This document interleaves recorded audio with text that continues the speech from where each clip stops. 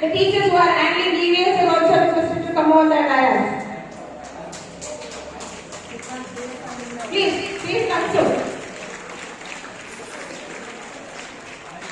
The Indian Constituent Assembly faced many challenges when drafting the Constitution of India. Like, the Constitution makers had to frame a constitution for a huge population of around 360 million people. And the Constitution makers have to ensure democracy for all citizens of the country. The continued India's struggle for independence highlighted the need for a governing frame over in 11 sessions spanning 2 years, 11 months and 18 days. On 26 November 1949, the Constituent Assembly adopted the Constitution which came into force on January 26, 1950, marking India's transition to a democratic republic.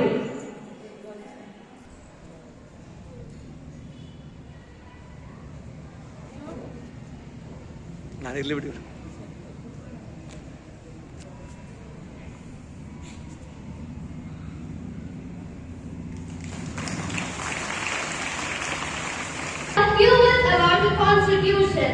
Constitution is the political frame based on principles and laws which are formulated. Constitutional Day is also known as Samvidhan Divas. It is celebrated on 26th November to commemorate the adoption of Indian Constitution by our Indian government on 26th November 1949. It came into act on 26th January 1950, which is celebrated as a Republic Day. Almost 65 years later, the Indian government announced 26th November as a Constitution Day. On 19th November on 2020, to cultivate the Constitution moralities among the citizens, and previously it was celebrated as a National Law Day. The Constitution was designed by the Constituent Assembly. Very necessary to create awareness and to educate a meaningful day. We can make the day meaningful by reading the preamble, organizing the educational programs, awareness campaigns, themed cultural activities, engaging with civic responsibilities, etc. So, handling one such awareness program, here comes the 8 boys before you to present drama regarding the Constitution Day. Put your hands together and welcome them. ನನ್ನ ನೆಚ್ಚಿನ ಶಿಕ್ಷಕರಿಗೆ ಹಾಗೂ ನನ್ನ ನೆಚ್ಚಿನ ಸ್ನೇಹಿತರಿಗೆ ಸಂವಿಧಾನ ದಿನಾಚರಣೆ ದಿನಕ್ಕೆ ಸ್ವಾಗತ. ಇವತ್ತು ನವೆಂಬರ್ 26 ಭಾರತದ ಸಂವಿಧಾನ ರಚನೆ ಪೂರ್ಣಗೊಂಡು ಭಾರತ ಸರ್ಕಾರ ಸ್ವೀಕರಿಸಿದ ದಿನ. ಆದರೆ 2015ರಿಂದ ಸಂವಿಧಾನವನ್ನು ಅಂಗೀಕರಿಸಿದ ದಿನವಾದ ನವೆಂಬರ್ 26 ಸಂವಿಧಾನ ದಿನಾಚರಣೆಯಾಗಿ ಆಚರಿಸುವ ಪದ್ಧತಿ ಬಂದಿದೆ. ಈ ನವೆಂಬರ್ 26 ಸಂವಿಧಾನ ದಿನಾಚರಣೆಯಾಗಿ ಘೋಷಿಸಿದ್ದು ಪ್ರಧಾನಿ ನರೇಂದ್ರ ಮೋದಿ ಅವರು. ಜಗತ್ತಿನ ಅತಿ ದೊಡ್ಡ ಲಿಖಿತ ಸಂವಿಧಾನ ಎಂದ ಹಿರಿಮೆಗೆ ಪಾತ್ರವಾದ ಸಂವಿಧಾನ ನಮ್ಮ ಭಾರತದ ಸಂವಿಧಾನ.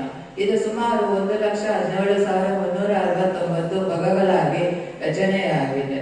ಈ ಸಂವಿಧಾನದ ರಚನೆಯ ಕೆಲಸ ಸುಮ್ಮನೆ ಆಗಲಿಲ್ಲ. ಭಾರತ ತನ್ನ ಸ್ವಾತಂತ್ರ್ಯಕ್ಕಾಗಿ ಹೋರಾಟ ಮಾಡುವ ದಿನಗಳಿಂದಲೇ ಈ ದೇಶಕ್ಕೆ ಸ್ವಾತಂತ್ರ್ಯ ಸಿಕ್ಕರೆ ಆಡಳಿತ ಹೇಗಿರಬೇಕು ಅನ್ನುವ ಬಗ್ಗೆ ಕೂಡ ಚರ್ಚೆಗಳು ನಡೆದಿದ್ದವು. ಹೀಗೆ ಸ್ವಾತಂತ್ರ್ಯವನ್ನು ಸಂವಿಧಾನವನ್ನು ಅಂಗವಾಗಿ ನಡೆಸಲು ನಿಮ್ಮ ಮುಂದೆ ಬರಲಿದ್ದಾರೆ 8ನೇ ತರಗತಿ ಮತ್ತು 9ನೇ ತರಗತಿಯ ವಿದ್ಯಾರ್ಥಿಗಳು. ನಿಮ್ಮ ಜೋರದ ಚಪ್ಪಾಳದೊಂದಿಗೆ ಸ್ವಾಗತಿಸಿ.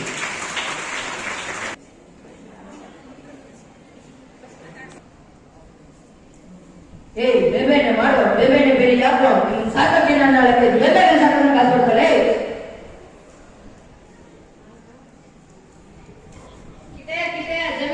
ಜಮೀನಲ್ಲಿ ಬೆಲೆ ಆಗ್ತಿರೋ ಅದೇನೋ ಆ ಜಮೀನ್ ಅಂತಲ್ವಾ ಕೇಳೋಣ. ಯಜಮಾನ್ರಿ ಈ ಜಮೀನು ನಂದ್ರಿ, ಹಳೆ ಕಾಲದಿಂದನೂ ಇದು ನನ್ನ ಹೆಸರಾಗ ಐತೆ. ನೀವೇನಕ್ಕೆ ಇವಾಗ ಇಲ್ಲಿ ಬೆಲೆ ಆಗ್ತಾ ಇರೋದು? ಏನೋ ನಮ್ಮ ಯಜಮಾನಿಗೆ ತಿಂದಿದ್ಯಾ? ಏನೋ ಬದುಕಕ್ಕೆ ಆಸೆ ಇಲ್ವಾ? ಊರ್ನಲ್ಲಿ ಇರ್ಬೇಕಂತಿಲ್ವಾ? ಇರ್ಬೇಕಂದ್ರೆ ಬಾಯಿ ಮುಚ್ಕೊಂಡು ಎಳೆ ಕೇಳ್ಕೊಂಡು ಒಂದು ಮೂಲೆ ಬಿದ್ದಿರೋ. ಇಲ್ಲಾಂದ್ರೆ ಊರ್ನಲ್ಲ ಭೂಮಿ ಮೇಲೆ ಕೂಡ ಬದುಕಕ್ ಬಿಡಲ್ಲ. ನೀವಿರೋ ನಂಬಿಕೆನಲ್ಲ ಅಂತ ದೊಡ್ಡ ಕೆಲಸ ಮಾಡಲ್ ಬಿಡು. ಕಿಟಯ್ಯ ಈ ಮಾತನ್ನೆಲ್ಲ ಕೇಳಿಸ್ಕೊಂಬೇಡ, ಬರೀ ಮೂರ್ಖರು.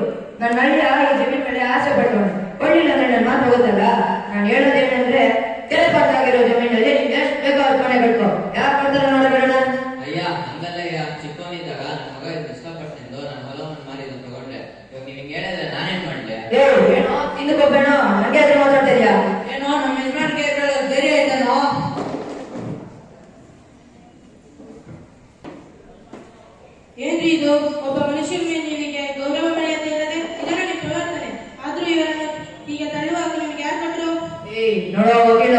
ಈ ಊರ ಬಗ್ಗೆ ಗೊತ್ತಿಲ್ಲೇನೋ.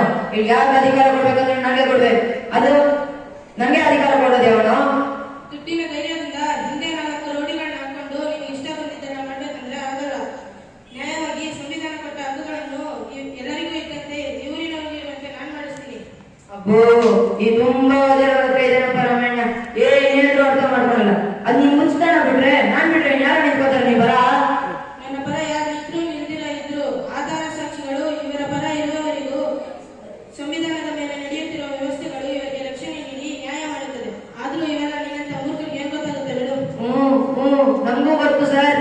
ನಾವು ಶಾಲೆಗೆ ಹೋಗಿ ಓದಿದ್ವಿ. ಆದ್ರೂ ಅದ್ರಲ್ಲಿ ಏನಿದೆ? 4 ವಿಧಿಗಳು, ಫಂಡಮೆಂಟಲ್ ರೈಟ್ಸ್, ಡ್ಯೂಟೀಸ್. ಅದೊಂದು ಅದಕ್ಕೊಂದು ಬಿಲ್ಡಪ್. ಏನೋ ಸಂವಿಧಾನವೆಂದರೆ ಒಂದು ಪುಸ್ತಕವ? ಸರ್, ಸಂವಿಧಾನವೆಂದರೆ ಯಾರೋ ಒಬ್ಬ ಮನುಷ್ಯನಿಗೆ ಬಂದ ಯೋಚನೆಗಳನ್ನು ಅದರಲ್ಲಿ ಬರೆಯುವುದಿಲ್ಲ. ಅಸಲಿಗೆ ಸಂವಿಧಾನವೆಂದರೆ ಏನೋ ನಿಮಗೆ ಗೊತ್ತಾ? ಅದರ ಹಿಂದೆ ಎಷ್ಟು ವರ್ಷಗಳ ಶ್ರಮ ಒಳಗೊಂಡಿದೆ ನಿಮಗೆ ಗೊತ್ತಾ? ಸೆಂಟ್ರಲ್ ಗವರ್ಮೆಂಟ್ ಹಾಗೂ ಸ್ಟೇಟ್ ಗವರ್ಮೆಂಟ್ಗಳು ಏನು ಕೆಲಸಗಳನ್ನು ಮಾಡಬೇಕು ಹಾಗೂ ಹೇಗೆ ಮಾಡಬೇಕು, ಚುನಾವಣೆ ಹೇಗೆ ನಡೆಸಬೇಕು, ಮಿಲಿಟರಿ ಪವರ್ ಯಾರ ಹತ್ರ ಇರಬೇಕೆಂದು, ಹೀಗೆ ದೇಶಕ್ಕೆ ಸಂಬಂಧಪಟ್ಟ ಎಲ್ಲಾ ವಿಷಯಗಳು ಅದರಲ್ಲೇ ಇರುತ್ತೆ. ಯಾರೋ ಸಂವಿಧಾನ ಮೇಲೆ ತಪ್ಪು ಮಾಡಿ ಮಾತಾಡ್ತಿರೋದು. ಇವ್ರು ಸ್ವಾತಂತ್ರ್ಯಕ್ಕಾಗಿ ಹೋರಾಟ ಮಾಡಿದರೆ ಊರಿನ ಕೊಲೆದಿರ್ತಾರೆ. ನೀವೀಗ ಸ್ವತಂತ್ರವಾಗಿದ್ದೀರಿ. ನಿಮ್ಗೆ ಸ್ವಾತಂತ್ರ್ಯ ಸುಮ್ಮನೆ ಸಿಕ್ಕಿದೆ. ಆದ್ರಿಂದ ನಿಮ್ಗೆ ಅದರ ಮೌಲ್ಯತೆ ಗೊತ್ತಾಗ್ತಾ ಇಲ್ಲ. ನಿಮ್ಮಂತವ್ರಿಗೆ ಅದ್ರ ಬೆಲೆ ಗೊತ್ತಾಗ್ಬೇಕಂದ್ರೆ ಇವತ್ತಿಗೂ ಇನ್ನೂ ಈ ದೇಶದಲ್ಲಿ ಇದನ್ನೇ ತಿನ್ನಬೇಕು, ಹೀಗೆ ಯೋಚಿಸಬೇಕು, ಈ ಬಟ್ಟೆಗಳನ್ನೇ ಹಾಕೊಬೇಕನ್ನೋ ವಿಷಯಗಳು ಕೂಡ ನಿಯಂತ್ರಿಸುವ ನಾರ್ತ್ ಕೊರಿಯಾ ಎಂಬ ದೇಶಗಳ ಬಗ್ಗೆ ತಿಳಿದುಕೋ. ಆಗಿನ ಸಮಯಕ್ಕೆ ನಮಗೆ ಸಂವಿಧಾನ ಎಂಬುದು ಆಗಿನ 35 ಕೋಟಿ ಜನಗಳ ಆಸೆ, ಕನಸು. 2 ಶತಮಾನಗಳ ಮೌನಕ್ಕೆ ಉತ್ತರ, 9 ದಶಕಗಳ ಆಕಾಂಕ್ಷೆ. ದೇಶದ ಪ್ರತಿ ಮೂಲೆಗಳಲ್ಲಿಯೂ 389 ಶ್ರೇಷ್ಠ ನಾಯಕರನ್ನು ಆರಿಸಿಕೊಂಡು ಸಂವಿಧಾನ ಸಭೆಯ ಸದಸ್ಯರಾಗಿ ಮಾಡಿ ಅವರನ್ನು ಕೆಲವು ಕಮಿಟಿಗಳಾಗಿ ಭಾಗ ಮಾಡಿಕೊಂಡು ಪ್ರಪಂಚದ ಬೇರೆ ಬೇರೆ ದೇಶಗಳ ಸಂವಿಧಾನವನ್ನು ತಂದು ಚರ್ಚಿಸಿ ನಮ್ಮ ದೇಶಕ್ಕೆ ಬೇಕಾಗಿರುವ ಕಾನೂನುಗಳನ್ನು ತಂದು ಡಾಕ್ಟರ್ ಭೀಮ್ರಾವ್ ರಾಮ್ಜಿ ಅಂಬೇಡ್ಕರ್ ಅವರ ನಾಯಕತ್ವದಲ್ಲಿರುವ ಕರಡು ಸಮಿತಿಗೆ ಕೊಟ್ಟರು. ಆ ಸಂದರ್ಭದಲ್ಲಿ ಆ ಮಹಾನ್ ನಾಯಕನ ನಾಯಕತ್ವದಲ್ಲಿರುವ ಕರಡು ಸಮಿತಿ 6 ತಿಂಗಳುಗಳ ದೀರ್ಘ ಚರ್ಚೆಗಳನ್ನು ನಡೆಸಿಕೊಂಡು 2473 ಬದಲಾವಣೆಗಳನ್ನು ಮಾಡಿಕೊಂಡು ನಮ್ಮ ದೇಶದ ಎಲ್ಲರ ಆಕಾಂಕ್ಷೆಗಳನ್ನು ತೀರಿಸುವಂತಿದೆ ಎಂದಾದ ಮೇಲೆ 1949 ನವೆಂಬರ್ 26ರಂದು ಇದರ ರಚನೆಯನ್ನು ಮುಗಿಸಿದರು. ಇದಾದ 2 ತಿಂಗಳುಗಳೆಂದರೆ 26 ಜನವರಿ 1950ರಂದು ಇದನ್ನು ಜಾರಿಗೆ ತಂದರು. ಇದನ್ನ ಏಕೆ ಜಾರಿಗೆ ತಂದರೆಂದರೆ 1930 ಡಿಸೆಂಬರ್ 26ರಂದು ನೆಹರೂರವರ ನಾಯಕತ್ವದಲ್ಲಿ ಭಾರತೀಯ ರಾಷ್ಟ್ರೀಯ ಕಾಂಗ್ರೆಸ್ ಒಂದು ಚರ್ಚೆಯನ್ನು ಪ್ರಾರಂಭಿಸಿತು. ಆ ಚರ್ಚೆಯಲ್ಲಿ ಪೂರ್ಣ ಸ್ವರಾಜ್ ಎಂಬ ಒಂದು ಕಾನೂನನ್ನು ತಂದಿತು. ಅದೇನೆಂದರೆ ಭಾರತದ ಪ್ರತಿಯೊಬ್ಬರು ಭಾರತದ ವಸ್ತುಗಳನ್ನೇ ಉಪಯೋಗಿಸಬೇಕೆಂಬುದೇ ಈ ಕಾನೂನು. ಈ ಕಾನೂನನ್ನು ಗುರುತಿಸಲು ಪೂರ್ಣ ಸ್ವರಾಜ್ ಎಂಬ ಕಾನೂನು ಗುರುತಿಸಲು ನಮ್ಮ ಸಂವಿಧಾನವನ್ನು ನಾವೇ ರಚಿಸಿಕೊಂಡಿದ್ದೇವೆ. ನೀವು ಹೇಳಿದ ಅಕ್ಷರ ಸತ್ಯಾಗ್ರಹ. ನಮ್ಮ ದೇಶ ಸ್ವಾತಂತ್ರ್ಯ ಪಡೆದ ಮೇಲೆ ಅನೇಕ ದೇಶ ಸ್ವಾತಂತ್ರ್ಯ ಪಡೆದಿದೆ. ಅನೇಕ ವೀರರು ದಿನನಿತ್ಯ ಸಂತೋಷವಾಗಿ ಹಾಗೂ ಗರ್ವದಿಂದ ಜೀವಿಸುತ್ತಿದ್ದಾರೆ. ಕೇವಲ ದೃಢವಾದ ಸಂವಿಧಾನ ನಮ್ಮಲ್ಲಿ ಇಲ್ಲದಿರುವ ಕಾರಣ ಇವೆಲ್ಲವೂ ಇನ್ನ ನಡೆಯುತ್ತಿದೆ. ಅಸಲಿಗೆ 135 ಕೋಟಿ ಜನಗಳಿದ್ದರು. ಇಷ್ಟು ಬೇರೆ ಬೇರೆ ಕುಲಗಳಿದ್ದರು, ಮತಗಳಿದ್ದರು, ಆಚಾರಗಳಿದ್ದರು, ಭಾಷೆಗಳಿದ್ದರು. 25 ವರ್ಷಗಳಿಂದ ಎಷ್ಟೋ ದೃಢವಾಗಿ ಒಗ್ಗಟ್ಟಾಗಿ ಇರುವುದನ್ನು ನೋಡಿ ಪ್ರಪಂಚವೇ ಆಶ್ಚರ್ಯವಾಗುವಂತೆ ನಮ್ಮ ಭಾರತ ದೇಶ ಇಂದಿಗೂ ನಿಂತಿದೆ ಎಂದರೆ ಅದು ಕೇವಲ ಮಹಾನಾಯಕರೆಲ್ಲ ಸೇರಿ ನಮಗೆ ಕೊಟ್ಟ ಆ ಸಂವಿಧಾನದಿಂದಲೇ ಹಾಗೂ ಅದನ್ನು ಗೌರವಿಸಿ ಆಚರಿಸುವುದಿಂದಲೇ. ಅದರಿಂದ ಸಂವಿಧಾನವೆಂದರೆ ಕೇವಲ ಒಂದು ಪುಸ್ತಕವಲ್ಲ sir, it's a way of life. It's every Indian way of life. ಈಗ ಅರ್ಥ ಆಯ್ತು ಸಂವಿಧಾನದ ಮಹತ್ವ. ಏನೇನ್ ಮಾಡ್ರೆ ಈಗ ಹೇಳ್ತೀರಾ? ಏ ಸಂವಿಧಾನ ಎಂದರೆ ಜೀವನ. ಸಂವಿಧಾನದಿಂದಲೇ ನಮ್ಮೆಲ್ಲರ ಜೀವನ ಸುಖವಾಗಿದೆ. ಸಂವಿಧಾನದ ಮುಂದೆ ಎಲ್ಲರೂ ಸಮಾನರು. ಒಳ ಭದ್ರವಾಯ್ತು ಬಿಡು, ಸಂವಿಧಾನದ ಮಹತ್ವ ತಿಳಿಯಿತು. ಅಂತ ಮಹಾ ಸಂವಿಧಾನವನ್ನು ನಮ್ಮ ಕೈಗೆ ಗಡಿಗೆಯಾಗಿ ಕೊಟ್ಟ ಎಲ್ಲ ಮಹಾನಾಯಕರಿಗೂ ಒಂದು ದೊಡ್ಡ ಸಲಾಂ. ಧನ್ಯವಾದಗಳು. Applause to the moving Gowda because they are accepted and respected. ನೆಲೆಸಿರುವ ಮಾನ್ಯ ಮುಖ್ಯೋಪಾಧ್ಯಾಯರೇ, ಶಿಕ್ಷಕ ಶಿಕ್ಷಕಿಯರೇ ಹಾಗೂ ನನ್ನ ನೆಚ್ಚಿನ ಸ್ನೇಹಿತರೆ, ನಿಮ್ಮೆಲ್ಲರಿಗೂ ನನ್ನ ನಮಸ್ಕಾರಗಳು. ಇಂದಿನ ವಿಶೇಷತೆಯ ಬಗ್ಗೆ ನಿಮಗೆಲ್ಲ ತಿಳಿದೇ ಇದೆ. ಪ್ರತಿ ವರ್ಷ ನಾವು ನವೆಂಬರ್ 26ರಂದು ಯಾವ ದಿನವನ್ನು ಆಚರಿಸುತ್ತೇವೆ? ಹೌದು, ಸಂವಿಧಾನದ ದಿನ. ಭಾರತವನ್ನು ಒಂದು ಸಾರ್ವಭೌಮ, ಸಮಾಜವಾದಿ, ಸರ್ವಧರ್ಮ, ಸಮಭಾವದ, ಪ್ರಜಾಸತ್ತಾತ್ಮಕ ಗಣರಾಜ್ಯವನ್ನಾಗಿ ರಚಿಸಲು ಸಂವಿಧಾನ ಬಹಳ ಮುಖ್ಯವಾದ ಪಾತ್ರವನ್ನು ವಹಿಸುತ್ತದೆ. ಭಾರತದ ಸಂವಿಧಾನವು ದೇಶದ ಪ್ರಜಾಪ್ರಭುತ್ವದ ಹೃದಯವಾಗಿದೆ. ಹಾಗಾದರೆ ಸಂವಿಧಾನ ಯಾವ ರೀತಿಯಾಗಿ ರಚನೆಯಾಯಿತು ಎಂಬುದನ್ನು ನೋಡೋದಾದರೆ, ನಮಗೆ ಸ್ವಾತಂತ್ರ್ಯ ಬರುವುದಕ್ಕೂ ಮೊದಲು ಬ್ರಿಟಿಷರು ಭಾರತೀಯರಿಗೆ ಸ್ವಾತಂತ್ರ್ಯ ಕೊಡಬೇಕಿದ್ದರೆ ಮೊದಲು ನೀವು ಒಂದು ಸಂವಿಧಾನವನ್ನು ರಚನೆ ಮಾಡಿಕೊಳ್ಳಿ ಎಂಬ ಸವಾಲನ್ನು ಒಡ್ಡಿದರು. ಆ ಸವಾಲಿನಂತೆ 1939ರಲ್ಲಿ ಇಂಡಿಯನ್ ನ್ಯಾಷನಲ್ ಕಾಂಗ್ರೆಸ್ ಪಾರ್ಟಿಯು ಮೋತಿಲಾಲ್ ನೆಹರು ಸಮಿತಿಗೆ ಸಂವಿಧಾನವನ್ನು ರೂಪಿಸಲು ಆದೇಶ ಮಾಡುತ್ತದೆ. ಆ ಆದೇಶದಂತೆ ರಾಜೇಂದ್ರ ಪ್ರಸಾದರ ನೇತೃತ್ವದಲ್ಲಿ ಇನ್ನೂ ಅನೇಕರು, ಉದಾಹರಣೆಗೆ ಸರ್ದಾರ್ ವಲ್ಲಭಾಯ್ ಪಟೇಲ್, ಭೀಮ್ರಾವ್ ಅಂಬೇಡ್ಕರ್, ಮೌಲಾನಾ ಅಬುಲ್ ಕಲಾಂ ಆಜಾದ್, ಸರೋಜಿನಿ ನಾಯ್ಡು, ಸುಚಿತಾ ಕೃಪಾಲಿನಿ ಅನೇಕ ಸದಸ್ಯರು ಸೇರಿಕೊಂಡು ಸಂವಿಧಾನವನ್ನು ರಚಿಸುವ ಕಾರ್ಯವನ್ನು ಯಶಸ್ವಿಗೊಳಿಸುತ್ತಾರೆ. ಸಂವಿಧಾನದಲ್ಲಿ ಹಲವಾರು ಮೂಲಭೂತ ಹಕ್ಕುಗಳಿವೆ. ನಮ್ಮ ಪ್ರತಿನಿತ್ಯ ಜೀವನದಲ್ಲಿ ಈ ಹಕ್ಕುಗಳು ಬಹಳ ಮುಖ್ಯ. ಉದಾಹರಣೆಗೆ, ಈಗ ಯಾವುದಾದರೂ ಒಬ್ಬ ವ್ಯಕ್ತಿ ದಾರಿಯಲ್ಲಿ ಹೋಗುತ್ತಿರುತ್ತಾನೆಂದಿಟ್ಟುಕೊಳ್ಳೋಣ. ಆ ವ್ಯಕ್ತಿಯ ಮೇಲೆ ಇನ್ನೊಬ್ಬ ವ್ಯಕ್ತಿ ದಬ್ಬಾಳಿಕೆ ಮಾಡಿದರೆ ಸುತ್ತ ಇರುವವರು ಯಾರು ಪೀಠಿಕೆ ಸಹಬಾಳ್ವೆಯ ವೇದಿಕೆ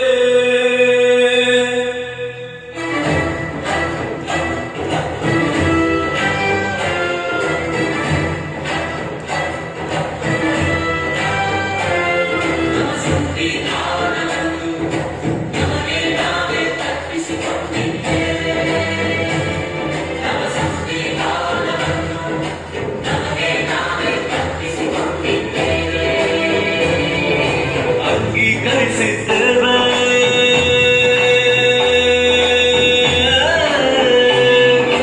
ಅಂಗೀಕರಿಸಿದ್ದೇವೆ ಶಾಸನವಾಗಿ ಬಿಂಬಿಸಿಕೊಂಡಿದ್ದೇವೆ.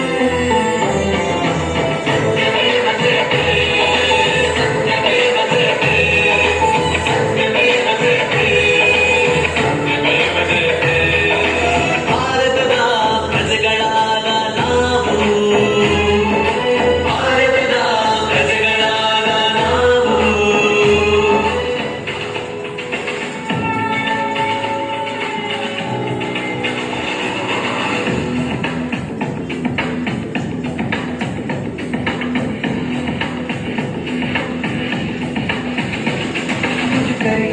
कुछ करिए नस नस मेरी खोज